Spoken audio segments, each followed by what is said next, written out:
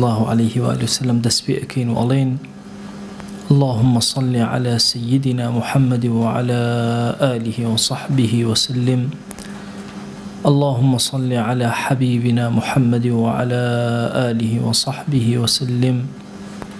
اللهم صل على شفيعنا محمد وعلى آله وصحبه وسلم. دائما لذاتي باش پروردگار که اما قب كاتماي رحمته بزي وسرطاوي مسلمانا ببارينه لهم شوينيكي ام جهانا مسلمانا سركوتوكا بارزراوكا لا بيلانو كيدي ظالمان ودجمنان بمن بارزه. دياري امل خزمة كتابي نيابي الذريعة الى مكارم الشريعة جيان بسر ابين كيك لكتاب زور ناس دارو نيابا كان كراغبي اصفهاني زور بقوري نسيويتي بۆ ناسینی مرۆڤ نووسیوێتی لەم بەشەیە هەرچی شتێک باسی سیناعات و کەسابەت و بەخشین و سەخاوەتی ئینسان و بەخیلی ئینسان هەمووی باسەکە. ئەم بەشە زۆر گرنگە. پێمان ئەڵێ ڕاغب موسڵمان تەنها کەسێک نییە لە ناو مزگەوتا بێت و بەس، کەسێکی ناو بازاڕە، کەسێکە کە ژیان ئەکات لە ژیانیشە ئەزانێت چۆن مامەڵە بکە. لەم بەشە فەرمووی زۆرێک لە ئوسوڵی ئەو کار و کەسابەتانەی کە ئینسانەکان دەستی پێ ئەکەن لە وەحی خوایەوەیە کە فێر بوون، چ خەیاتیەک بێ کە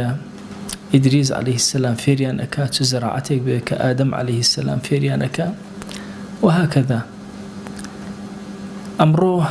مەوزوعێکی گرنگمان بۆ باسەکە. ئەفەرمێت لەبەرەوەی ئینسانیەت هەموویان پێکەوە پێویستیان بە یەکتر هەبوو، پێویستیان بە شتی یەکتریش هەبوو. کەسێکی دارتاش پێویستی بە شتی کەسێکی ئاسنگەر هەیە، ئاسنگەرەکەش پێویستی بە کەسێک هەیە کە خەریکی کوشت و کاڵە، کەسی کوشت و کاڵەکەش پێویستی بە کەسێک هەیە کە خەریکی ئاژەڵداریە. بۆیە خوا جەل جەلالوهو عەقڵی ئینسانەکانی بەرەو ئاڕاستەیەکی تر برد. ئاڕاستەکە بریتیە لەوەی کە ئینسانەکان بێن داهێنانێ بکەن، مەرج نییە هەموو کەسێک ئینسان شتێکی پێویست و بیگۆڕێتەوە بە شتێک لەگەڵ کەسەکەی ترە. هات عەقڵی دانێ کە پارە دروستکەن. ئەم پارەیە کە دروست کرا کە لە عەرەبیا پێوتر ناڵ، لە نێوان خۆیانە ئاڵوگۆڕی پێ ئەکەن، دروستی ئەکەن. هەر زەمەنەی بە شێوازێ، بە شکڵێ، بە جۆرێک. ئەمە ئەبێتە سەرەتایەکی زۆر بەهێز بۆ ئینسانەکان کە هەر کەسێک بتوانێت هەرچی پێویستێتی بەم شتەکە ئەعتیبارێکی لاوەکیشی هەیە کردویان تا علامەتێک بۆی بێتە دەلیل لەسەرەوەی کە ئەم کەسە خاوەنی شتەیە، خاوەنی شت نییە. ماڵەکەی چەندێک لەم ئالەتە ئەکا، یا با بڵێن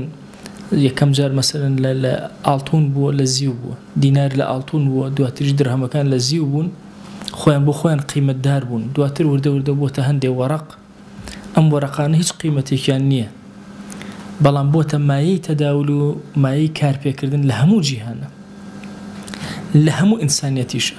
هەر زەمەنەی بە شکڵ و شێوازێک، هەر زەمەنەی پارەیەک زیاد و پارەیەک کەم بووە بۆ شێوازە. مێژووی ئومەتی ئیسلامیش پڕە لەوە. طبعاً ئێمە لە زەمانێکە ئومەتی ئیسلامی خاوەنی کیانی خۆی بووە، خاوەنی اقتصادی خۆی بووە. بۆیە ئیمام عومەر ڕەزا و ڕەحمەتی خوای لێبێ لە فەرمایشتێکە ئەمرەکات بەوەی کە پارەیەکی زۆر تایبەت بۆ موسڵمانان دروست بکرێ. دواتر لە زەمەنی ئومەویەکانە سەیدنا معاویە ڕەزا و ڕەحمەتی خوای لێبێ ئەمرەکات کە پارەیەکی زۆر دەقیق دروست کرێ. دواتر لە زەمەنی یەزیدی کوڕی معاویە پارەیەکی تر دروستە کرێ. دواتر لە زەمەنی عەبدولمەلیکی کوڕی مەڕوانە ئەمرەکە پارەیەک دروستکەن کە ئەو پارەیە ئەوەندە دەقیق و ورد بێت، ئەوەندە سەنگەکە یەکسان بێت، چکە پارەکان لەو کاتا سەنگەکانی یەکسان نەبوو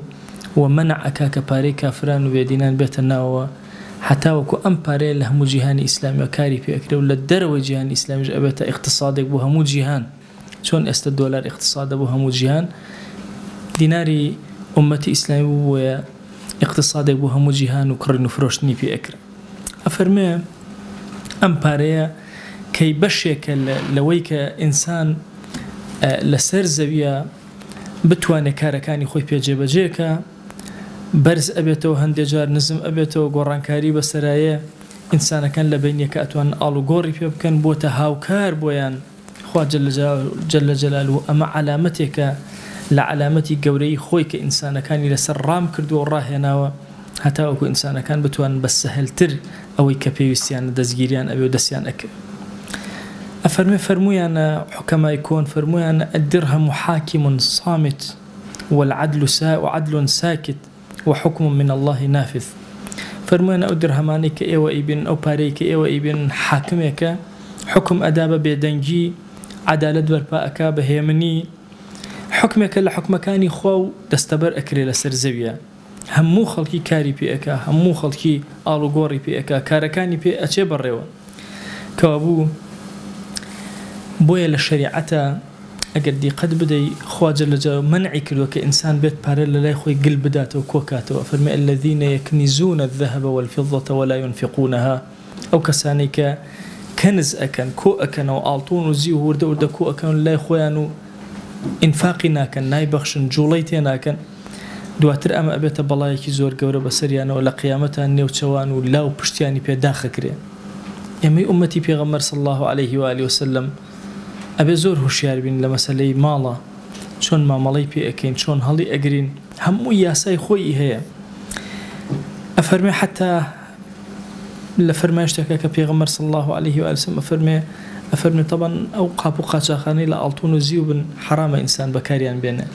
لبروي بارلنا وخلق نوستي لا يخلق يكون نبي ولا يخلق يتر وجودي النبي وإلا حركة ولا جولابه لفرمي اشتكى بيغمر جانا صلى الله عليه وآله وسلم أفرمي أجر كسيك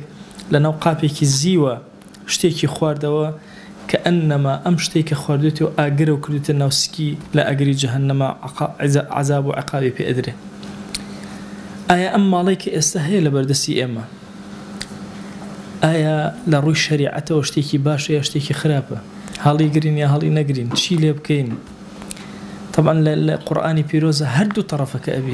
أبيني لقرآن بيروزا زور آسايي وصفي مال زور كراوة حتى مالي بخير نابردو أفرمي وإنه لحب الخير لشديد إنسان كان بو حب خوشويسيان بو خير بو مال زور تنده زور حزيان ليتي بجواني وبتشاك باسي كردو لهندي آياتا بخرابة باسي كردو بزانين شونا بويا راغب أفرمي مدحي مال وزمي مال لقرآني بيروزات شونا أفرمي أقر بيت سيري مالكي بزانين بشك لحياتي إنسان لريك وسير أكين خطر بوسر إنسان وكوكر نويزور خطر لهيك شو سير أكين خير وبركة بو إنسان كان أوشتيك كوي أكنو يا لبر خاطي نفسي خويان كوي أكنو يا لبر خاطري بدني خويان كوي أكنو لا شيء خويان يا لبر خارجي اشتيك خارج اللبدوانا يا لبر روحيانا يا لبر لا شيء أنا يا لبر اشتيك لمانا أفرمي أم باريك إيو ابن خارجة نتنها لن لبيناي الروح لن لبيناي بدنا هيج أفرمي مخادمة مخدوم نية أقاد لي به طبعا هندك شتمان هي أمل سرزوية خزمة كراوة هندشتيش خزمة أكات إنساني كلواني كخزمة كراوة لسرزوية همو أوشتاني هن لسرزوية بو خزمة إنسانة لكونه كائنات لبيناوي إنسانة زورشتي شيء كخزمة أكال إنسانة غير خزمة كاري بين نبراوة لسرزوية أفرمي ديتو سيري مادك أم مادة تنها خزمة أكا نكخوي خزمة بكري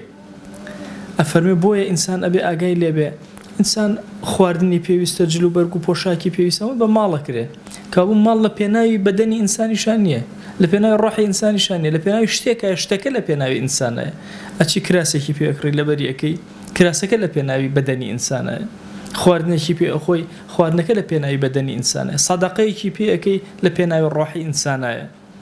كابو مالك أخوي بخوي خزمة كارانة بوي أبي إنسان زور بهوشياري ما مالي لقلاك هم بوي أفرمي أو كسيكوا أبيت عبدي مال سروة سامان نزمترين بلاي عبداتي هي بو تكشتيك أخوي خادمة كانت وبشي خزمتي أو كيتوبيت خزمة كاري أو إنسان زور بشوك أبيته بوي لفرمي اشتكي بيغمر جانا صلى الله عليه وآله وسلم فرمي تعس عبد الدينار تعس لزمان عربية بمعنى أودي يعني أكبر مردن بروا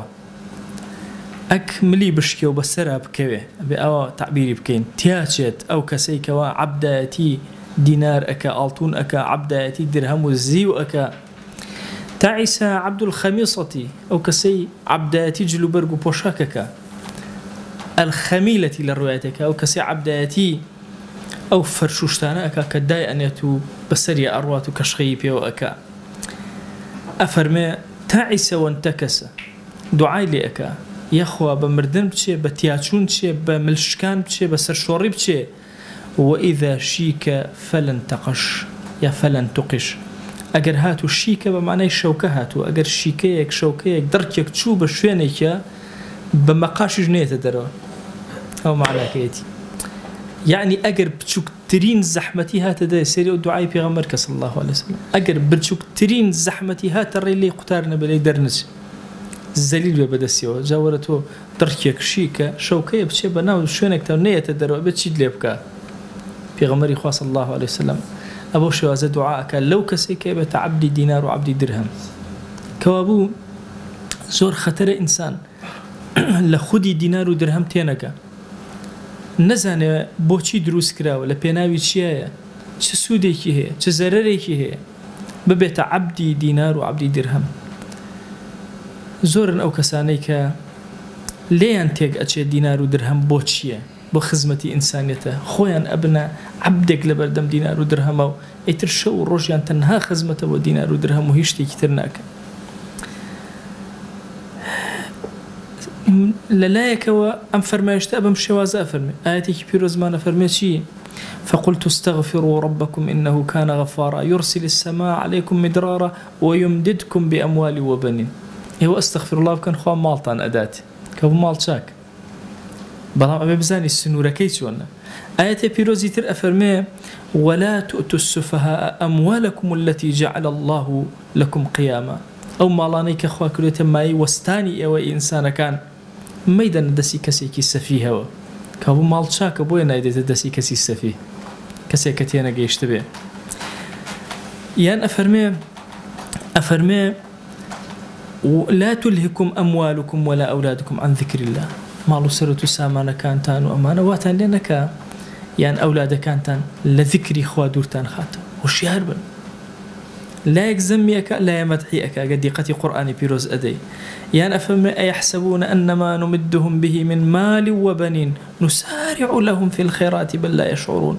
أي واستكن كماليان بديني يا أولاديان بديني كريان بديني يتر خير ما بيداونا هندجر أو الشر أو عقوبة أو بلايا بلام دركي بيناك يعني أفهم ذرني ومن خلقت وحيدا وجعلت له مالا ممدودا من مالك زور مداوي اللي قرن بابته وبردسيكم جاء علاجيكم كوابو لقرآن بيروزا هردو سركهاتو سرق وصفي مالك سرق زمي مالك أجر مال بو بأساس للايتو بو بهدف للايتو بو بالسركي ترين شد لحياتي تويا أو نهي لكراو أو بالزحمات وتباسكري أو أبيت بلا للدنيا بسرته ولا قيامتي شا بسرته أي أجر هاتو أم مالو سرتو سامانا بمال تيجيشتي لدستا ولا دلتا نبو زانيت شوني بكار بيني زانيت بكيت خزمات أزاني رب العالمين أأم عليك السبب أو كإنسان نجاتي بلا آخرة ولا عقاب ولا عذاب اتقوا النار ولو بشق تمرة خوش اسمه صلى الله عليه وآله وسلم فرمي خوتان مبارزن لأجر ولو بلت خرمايا بتوز خرمايك خوتان مبارزن لا تخرمايك ببخشي چند جوريه كهو بخشين زور جوريه إنسان أكرم بخشين زور جورة ببه ويهريك يقل إما أبي هوشيارانا ما الله لقال مالا بك أما نعمتك رب العالمين كدروسي كردوا أم نعمة أبي زور بهوشيارانا ما الله لقال بكري أجرنا أم نعمة أبي تسرخ ورب إنسان كان أفرمي أو شتانيك كوي أكيتوا أو آلتانيك كوي أكيتوا نمونك بمشي وازية أقاد ليبه إنسان أجر لسفرك دورا به لأوتيلك لشوينك لا بدا أو شتانيك واللي بدان را وتنهابو ويم كسب شو زي كاتيبة كاريان بينه وبجيان هلا أجر كسي خوي بيو مشغول كاو خريبي وكوي كاتو أمانة أفرمي بشتكي زور قبيح لسري حساب أكري دي بزانا أو بارو سرتو سامانش كهيا تنها كومالا برديك كومالا شتيك ورقيك أبي بزاني شون مامالا لقال أم ورقة أكيد شون هالسوكوتي لقال أكيد شون خوتي دور خيتو كنبي تعبدي مشكلة كليرة لفرمايشتك بيغمريان صلى الله عليه وآله وسلم لباسي عبدايتيا أفرمي إن أعطي منها رضية شون أزاني عبدي درهم وديناري الله أجر هيبو إتر بالي اللي أداته زو يا بي بدري بي ببخشري إتر زور راضية بي ندري ئەبێتە مشکلەیەکی زۆر گەورە و تووشی تووڕەی و غەم و پەژار و دنیای لێتەوە یەک. بۆیە زۆر گرنگە ئینسان بە هوشیاری مامەڵە لەگەڵ ماڵا بکەن، نەبێتە عەبدی ماڵ و سەرەت و سامان و داهاتەکەی. ئەفەرمێ ئەو کەسەی کەوە ئەبێتە عەبدی تەماعەکانی خۆی، ئەوە وایە بوو بێتە عەبد بەڵام عەبدێکی هەتایی، ئەو کەسەی کە خەریکی پارەکانەوە کۆیان ئەکاتەوە جەمیان ئەکات و ئیتر تەواو ڕۆحی خۆی لەسەر ئەمانە دائەنێ، ئەبێتە مایە ئەوەی ئەم کەسە کە ئەنەما بە دەوری بەردێکە سوڕاوەتەوە ئاعتیکافی کردووە. يعكفون على أصنام لهم إبراهيم عليه السلام، يعني بدوري بردك اعتكافيان أكردو أهاتنو أتشونو لخزمتي أمانوا. بوي أفرمي إبراهيم عليه السلام واجنبني وبني أن نعبد الأصنام، خواي خوم وأولادك كانوا بارز لو عبداتي أصنام كن من لو شيء السهري شغل أما بلايو زور سير بي أجر كسي ببيني بردي كدا نبي برستي مثلا داري كدا نبي وتاشي بيتي بي برستي، يعني سير بلا من لو يوتيوبين أنا أجري معبدي مشك برستان هي معبدي ميرولا برستان هي لجانا مار برستان هي حتشيشته هي لسرزوية ماغا برستان هي كاتك دقتي ما دي تعجب أكي أي بو تعجب لخوتنا كي أجر أبي تعبدي دينار ودرهم بو سرد لخوت صرنا من كاتك وعبداتي دينار ودرهم كان أكي أفرمي همو أم بارسر وات لي هاد أبم باريا اترتو حتشيشته لبيرتشو لبيناي باريا يا ساكاني شريعة اللي بيرتشو لبيناي باريا تو بو تعبدي اشتيك كوان نأبي استو نأبيني يا أبتي لما تعبد ما لا يسمع ولا يبصر ولا يغني عنك شيئا، وشي عبداتي اشتيك نأبي سي نأبيني هيج سوديكي بوتوني لقيامتها. بويا حكما فرمويانا سبحان الله إنسان ميلێکی زۆر سێری بۆ ماڵ هەیە و خۆشەویستێکی تایبەتی بۆی هەیە، هەندێک جار ئەم ماڵە ئەم بەردە ئەم زیوە ئەم ئاڵتونە هەر شتێک لەم بابەتان ئەم وەرەقەی کە ئێستا هەیە ئینسان ئەبێتە عەبدی ئیتر سەری بۆ نەوی ئەکا وەکو کەسێک ئاوایە کە یان چەند کەسێک قەومێک لەناو سەفینەیەکە ئەیانێ بچن بۆ شارێکی زۆر خۆش لە ڕێیە سەفینەکە لە شوێنێک لا ئەدا لە جەزیرەیەکی بچووکە لا ئەدا، ئەفەرمێ ئەم جەزیرە بچووکە پڕ لە شێر و پڕ لە شتی ترسناک، هەندێ بەردی جوان ئەبینەوە مەشغوڵ ئەبن بەم بەردانەوە کاتێک ئەزان سەفینە ئەڕوات و شێرەکان پەلاماریان ئەدەن. ئەفەرمێ بە هەمان چەشن ئێمە لەناو سەفینەیەکان ئەڕۆین لە جەزیرەیەکە لامانداوە کەمێک شتی جوان ئەبینین بەڵام ئەزانین مەهالیکەکان زۆرن، شتەکان زۆرن کە بە هیلاکمانە ئەبن. بۆیە زۆر زەڕورە ئێرە بەجێ بێڵین بەرەو شوێنێکی تر بڕۆین، بەرەو جێگایەکی تر بڕۆین. ئەم ماڵێک کە هەتە لە ڕۆژی قیامەتە ما ئەغنا عنی مالیە هەلەکە عنی سوڵتانیە، ئەم ماڵە هیچ سوودێکی پێ نەگەیانم دەوڵەمەندی نەکردم، چونکە دەوڵەمەندی ئەوەیە کە نەجاتت بدە لە ئەگری دۆزەخ. وشەیەک هەیە وشەی قینیە یا قونیە لە زمانی عەرەبیە، ئەو شتێک کە ئینسان کۆی ئەکاتەوە لە شەریعەتە فەرموویان هەر شتێک بۆ قونیە بێ زەکاتی نییە، هەر شتێک بۆ تیجارەت بێ زەکاتی هەیە. بنمونە مەسەلەن تۆ دوکانێکت هەیە، ئەم دوکانە چی شتێکی تایە بۆ فرۆشتن، چ شتێکی تایە بۆ هێشتنەوە لە دوکانەکە. بۆ نمونە مجەمیدەیەکی تایە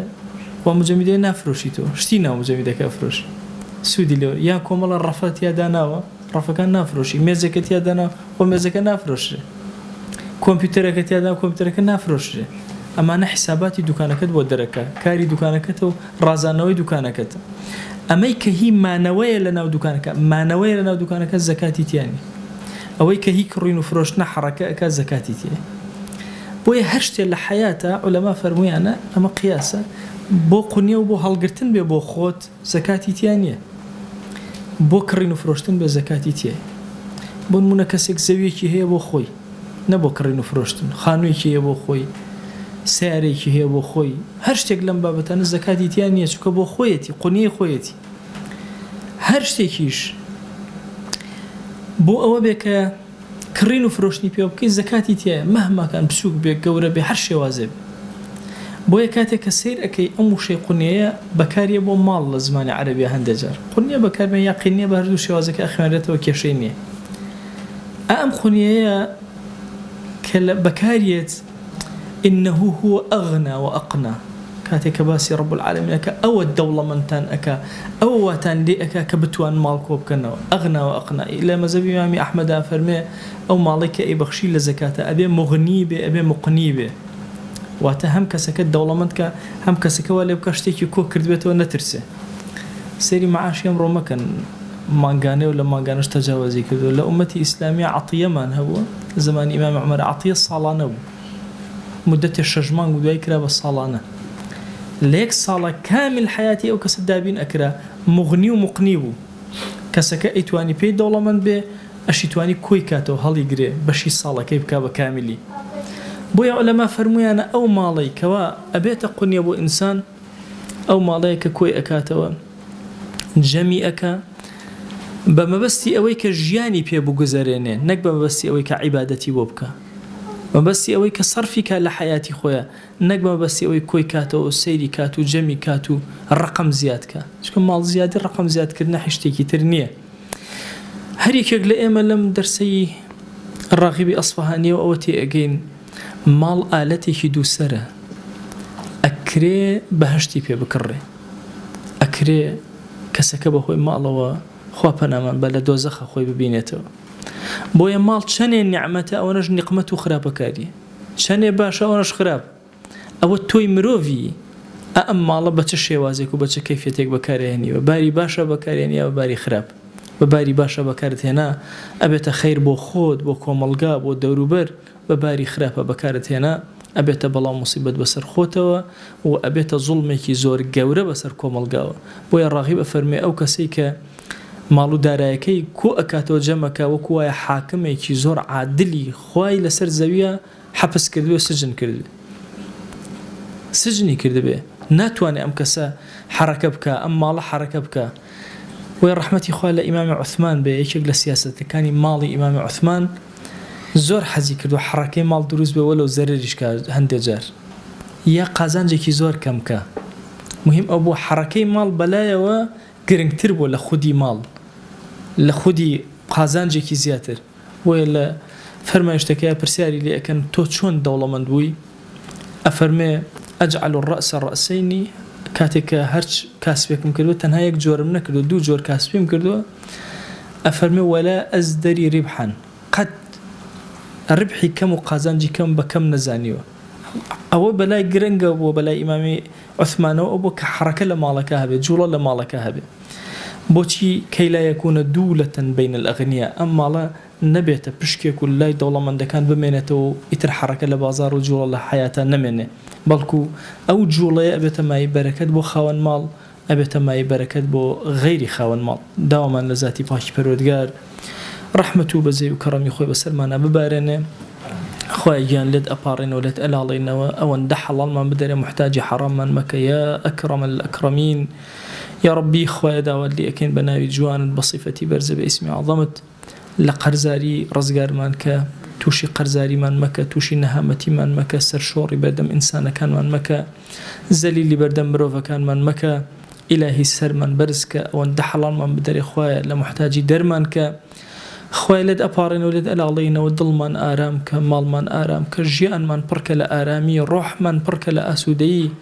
ضلمان خوشك يا رب العالمين خويا داوات لي أكين برحمة وكرمي خود بزي خود بسرمانا ببارنا خويا داوات لي أكين بكرمي خود لسرجم قناها كان من ببورا قناها بأشكرا كردو ما نعفو منك قناها بپنهان كردو ما نعفو منك قناها نمان زاني كرد ما نعفو منك قناها زاني من وزيادة روي منك خويا عفو منك يا ربي خويا جان لما ببورا لقناها كلمو بيش كردو مانا لقناها لما دوائي كين وفريعي توبا ناكوين خويا داوات لي بردن لي أكين يا أكرم الأكرمين خويا داوات لي أكين برحمتي خود وبزي خود تو خود سرپرشتي كارا كان من بك ممن در دستي خو من إلهي أو من بحال مال مالداريك أو من بمنال منالي بعطاك أو من بمنال منال كاني صالحك أو من يا إلهي قرفتك يا بوشار سرك خويا جان آرامي بخرنا مال كان من وخويا داوات لي أكين بقوري خود آرامي ورحمة لنوان مال كان من زيادك يا أكرم الأكرمين يا ربي خويا جان أو من بكار وكسابة خويا كار وكسابة درجة كان يرسق بسر يا بكروا خويا درجة كان يرسق بسر أمشار ما أنا بكروا يا أكرم الأكرمين يا ربي خويا جان أمشار يملنا راحتك جورا يا إلهي تخد بهانا ما نورا گەنجەکانمان ڕزگار کە لە بەتاڵی ڕزگارمان کە دەرگاکانی خەیر و بازاڕی حەڵاڵ بەسەرمانە بکەرەوە یا ئەکرەم الئەکرەمین. خوای داوات لێ ئەکەین بە ناوی جوانت بە صیفەتی بەرزە بە ئیسمی عەظەمت ئەگەر نەخۆشیێکمان هەیە خوای شیفامان بدە، پێمان زانیوە یا پێمان نەزانیوە یا ئیلاهی شیفامان بۆ بنێرە، ئیلاهی ئەومان نەخۆشە شیفای بۆ بنێرە، شیفایەکی شیفا بۆ نەخۆشیە مادی و معنەویەکانمان بنێرە یا رب العالمین. خوای داوات لێ ئەکەین بە ڕەحمەت و بەزەی خۆت بە کەڕەمی خۆت لە گوناهی دایک و باوکمان ببوورە، لە گوناهی برا و خوشکەکانمان ببوورە، لە گوناهی خزم و کەس و کارمان ببوورە، لە گوناهی خۆشەویستانمان ببوورە، لە گوناهی مامۆسا و قوتابیمان ببوورە. ئیلاهی داوات لێ ئەکەین هەر کەس پیاوەتێکی بەسەرمانەوەی لە گوناهی ببوورە، هەر کەس زوڵمێکی لێکردوین خوای لە گوناهی ببوورە، هەر کەس زوڵمێکمان لێکردو خوای لە گوناهی ببوورە، هەر کەس غەیبەتی کردوین لە گوناهی ببوورە، هەر کەسێ غەیبەتمان کردو خوای لە گوناهی ببوورە. ئیلاهی داوات لێ ئەکەین بە ڕەحمەتی خۆت بە بەزەی خۆت بە کەڕەمی خۆت سەڵەواتی ئەم مەجلیسە ئێمە بگەێنە پێغەمبەر صلی الله عليه وسلم، سەلامی دڵی ئێمەی پێ بگەێنە، خۆشەویستی ناخی ئێمەی پێ بگەێنە، یەک ناومان لە خزمەتیا بێنە یا ئەکرەم الئەکرەمین. خوای گیان لێت ئەپاڕێنەوە لێت ئەلاڵێنەوە قبوڵمان کە لای خۆت یا ئەکرەم الئەکرەمین. خوای قبوڵمان بدەرێ لە ئاسمانەکان، قبوڵمان بدەرێ لە زەوی، ئیخلاسمان پێ عەتاکە، قبوڵمان کە کردەوەکانمان لێ وەرگرە یا ئەکرەم الئەکرەمین. خوای گیان ئێمە لە بەرخاتی تۆ ئەم دەرسەمان وتەوە، ئەم بەڕێزانە لە بەرخاتی تۆ گویان لەم دەرسە گرت، یا ئیلاهی ئەم دەرسە بکەرە نور و ڕووناکی بۆ ژیانمان، بیکەرە نور و ڕووناکی بۆ ناو گۆڕەکانمان، بیکەرە نور و ڕووناکی بۆ ساحەی مەحشەرمان یا ئەکرەم الئەکرەمین. آمین آمین والحمد لله رب العالمين وصلى الله على سيدنا محمد وعلى آله وصحبه وسلم تسليما كثيرا أبدا إلى يوم الدين. خوای گەورە لە گوناهی منی شوێ جبوری خوا لێمان قبوڵ کە.